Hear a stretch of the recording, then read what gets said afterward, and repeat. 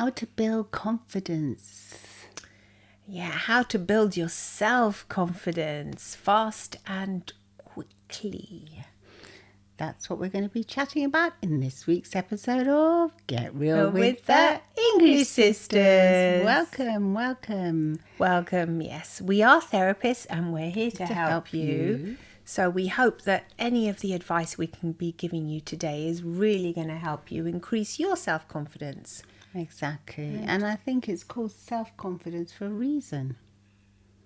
Well, yes, it's confidence in oneself, indeed. And you know, you would think that being confident would be natural because as babies we're all very confident, but I think as we grow up it kind of gets hammered out of us, doesn't it, sometimes? Yeah, definitely. It's with aging when we start confronting ourselves with others, you know, already as very young children, you know, going into school, you can start noticing these kind of things and perhaps Yeah, I some remember when I remarks. was little I wasn't confident at all. You were when you were first born baby. Yeah, but not when I was 5 and 6 and I started going to school. When you start going to school, because you start comparing yourself perhaps to other children, you may notice they have different things. You get teased and bullied. Exactly, yeah. All of these things can, you know, be... They knock your confidence, don't they? I remember when I was really little and I had to start wearing glasses, how I get bullied. Oh, definitely. And that immediately knocked my confidence and made me feel very shy. Yes, so indeed. This is the classical thing that happens growing up. Yeah, you know, your confidence gets like bashed. It does get bashed put down instead of being encouraged to own flourish, up and really. to flourish and to be happy with yourself and what you look like. And I think today we're going to be exploring that, aren't we? We are, yes. And I think it also depends on, you know, the environment you grow up in, who your caretakers are, what your family's like, because some of us are fortunate to have families that really build your confidence. Like our parents, well, especially our mother, she did build our confidence. She did, yeah. And our self-esteem was high, but in another way, being immigrant children, yes. we felt different to other children. So that in itself like made us, you know, feel different, and that kind of knocked our confidence, didn't it? I believe it did. I mean, I do remember there were quite a lot of immigrant children at our school. But yes, I think especially because our first language was Spanish, our mother was Spanish. So when I remember going into preschool especially, that I couldn't really understand what was going on much. But it was so foreign to us. It was foreign, yes, definitely foreign. Yeah, English was foreign.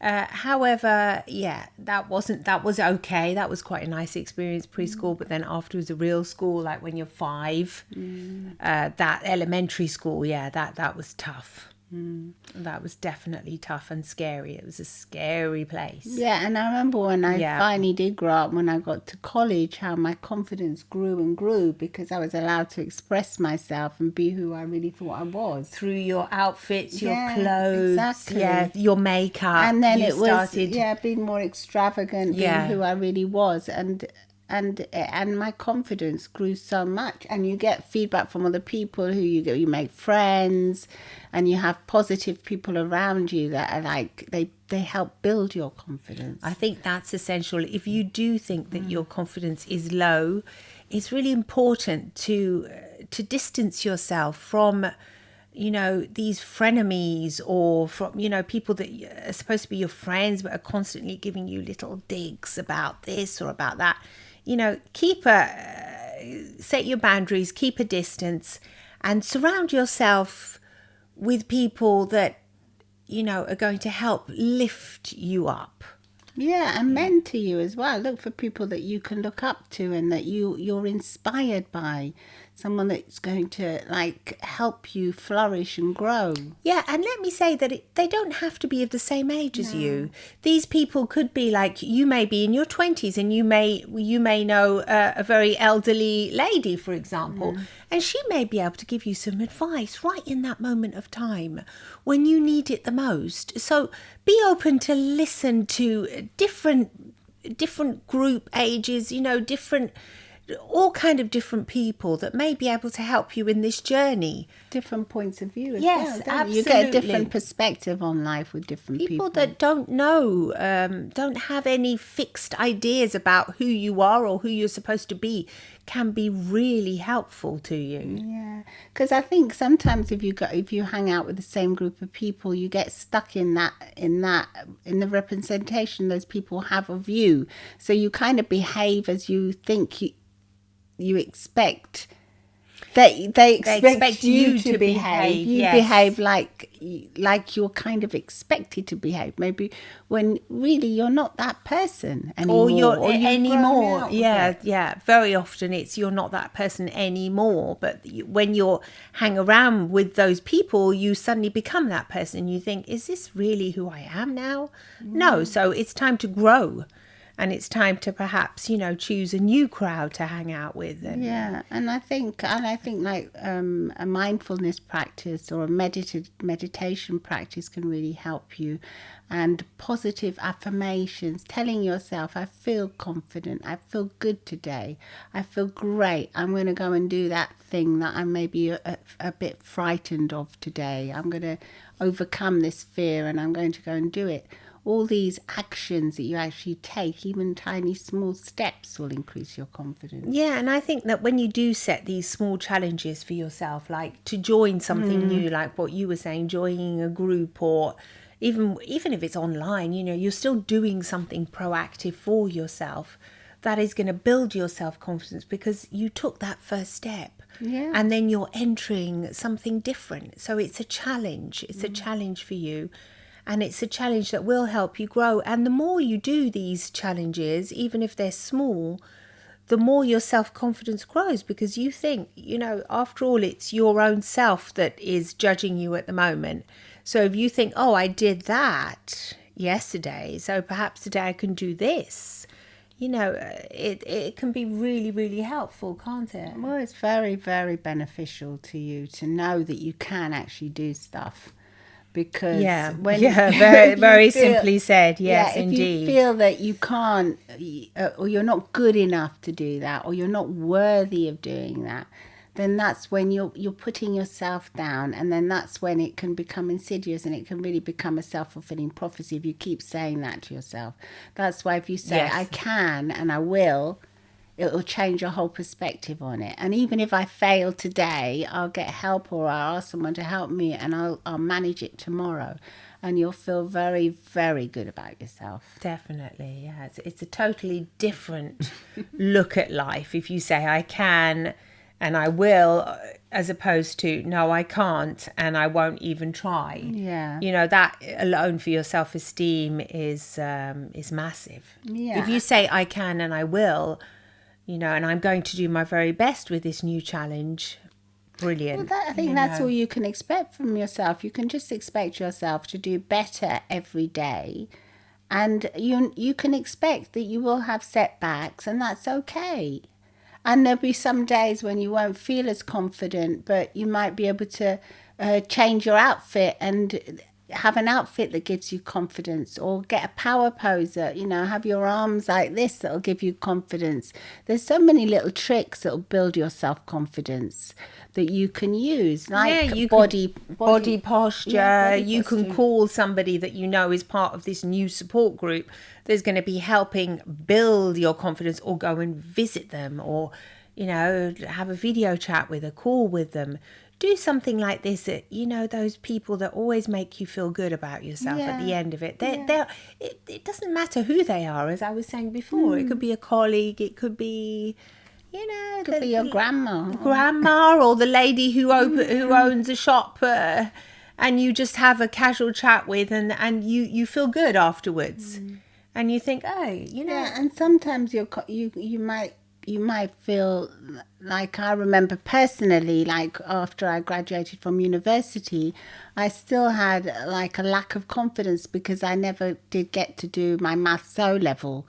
So it was like the maths that you needed for a lot of positions, and had never done it.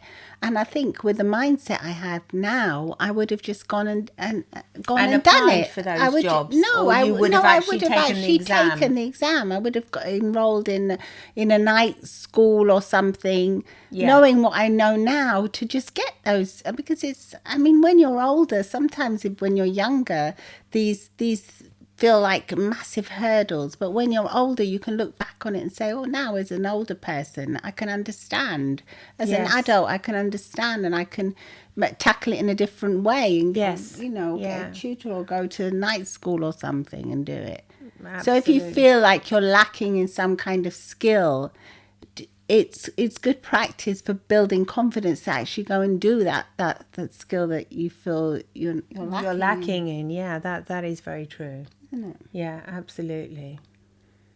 Absolutely. I think even just, not just, volunteering, for example, has great value in building your self-confidence, because there you can actually see that you're going to help somebody. Yes. And that you actually did it. You say, okay, Monday night, I'm going to go and volunteer here. And you actually do it. And you're changing people's lives, because when they see you, they get so much joy. Exactly. And that just rubs off onto you. And then that you feel the gratitude they have for you. And that's immense. That can really help build your self-confidence and help you, feel much better about yourself. Yeah, I think also practicing gratitude helps as well, by being grateful for what you already have, doesn't it? Absolutely. Practicing gratitude, just thinking about everything that you have. All the skills you already know. And then looking at the people around you that have helped you so far. Yeah, and looking at maybe some transferable skills that you may have that you didn't really realize you had. A lot of the skills that we have, especially as women, are transferable. We have a lot of management skills that we're constantly managing stuff and doing things that maybe in the household that can be transferable into business or into... That's very true, actually. Yeah, that's a good point. So, don't underestimate yourself. Don't think, oh, I'm no good at that. I can't do that. Always turn it around and think, I will be good at that. I will be able to do that. It's like, because you think, okay, I studied and then I became a stay-at-home mum, for example, and now I'm applying for another job, and your confidence can be a little bit low. But if you do manage to turn it around and think, well, wow, I bought, I had these children, I helped them grow. I did all of this, like what you were saying, all these transferable organisation skills as well, that involves immense. You can become so much more competent than you were before. Yeah. A lot of the times you're at home as well, you might have had a gap in your curriculum of a couple of years. You've been out for whatever reason, and you might feel really out of it. But just think about all the other skills you've learned in those years. I'm sure there's so many skills that are transferable that you may not have thought about. So as human beings, we're very complex, and we have so much knowledge of so many different types of things in our mind that can be transferable skills into different areas. And it's so much easier to learn as well when we have... Like when we're little, we learn a door is a door. We know what a door looks like. Forevermore, we'll always recognise what a door is. You've seen one door. We know many doors are all different. They'll come in different shapes and sizes, but we all know that they're doors. So in the same way, our skills, a skill is a skill. Once you have that skill honed in, you can transfer it to other stuff. You can think a bit laterally. Yes, absolutely. Don't keep yourself stuck in a box for confidence. Open the doors. Yes. Now that you know what they are, you open as many doors as you can and allow more freedom and more space into your life. Exactly. And allow the self-confidence to grow within you, each and every day. Yeah, and practice. Think of things, the self-fulfilling affirmations. Yes. Say to yourself, I am confident. I love myself. I will do this. I'm going to go for it. Tomorrow is a new day. I'll try again. I'm going to find people around me that are going to support me in this building all these blocks of my confidence again. And so you work within yourself and with the support group around you, and by helping others as well, you'll notice that day by day your confidence will grow. Yeah, and as your confidence grow, you'll notice that your relationships will grow as well, because you'll build new relationships with new people who will appreciate you and you'll appreciate them. And then it's a lovely thing. It's a beautiful thing. You're sharing kindness, you're sharing by improving your own self-confidence, you'll be improving their self-confidence, because you may be teaching them new skills that they didn't know they had, or encouraging them to try out new things. Exactly. So, I mean, the world is a wonderful place, and we all have to be careful to nourish our self-confidence, realize it is something that we do have to take care of, because if we forget to look after ourselves and nourish our self-confidence, it can become something that is lacking within us. Yeah. And then it's detectable for others around us, and so we become less open to these new opportunities, because we're not as outgoing, and we become more withdrawn within ourselves. Yeah, and we start closing doors instead of opening them. Yeah, that's what happens. You think, no, I can't do that, frightened of that. No, I'm too old, I'm too young, don't have this. And all these doors, whoa, they all start closing. So what we want to do is be doing the opposite within our own minds. As new doors open, so do new neural pathways in your mind, where you start creating new ideas, and ideas start to flow. You get more and more creative, you become happier and happier, and you just increase your general well-being and of all those around you as well. Yeah, because it spreads so much. Positive energy for everybody. And you become like an example for other people. They think, well, if she could do it, wow. Maybe I can do it too. Yeah. And so we learn from others. We do. We watch, we listen, and we learn, and we grow and we evolve. And as mothers, we also know that we pass self-confidence on to our children. So the more positive we are around our children, the more we allow our children to acknowledge their feelings and let us know how they're feeling, we can help them grow too and be a positive example for them. Absolutely. So let us know what you think. The podcast is also available on YouTube as a video and as a podcast, so do come and see us there. And we are therapists. We're here to help you. We love hearing from you. Thank you for all your comments. And you can also send us a text. And lots of love and smiles from the English sisters. Bye.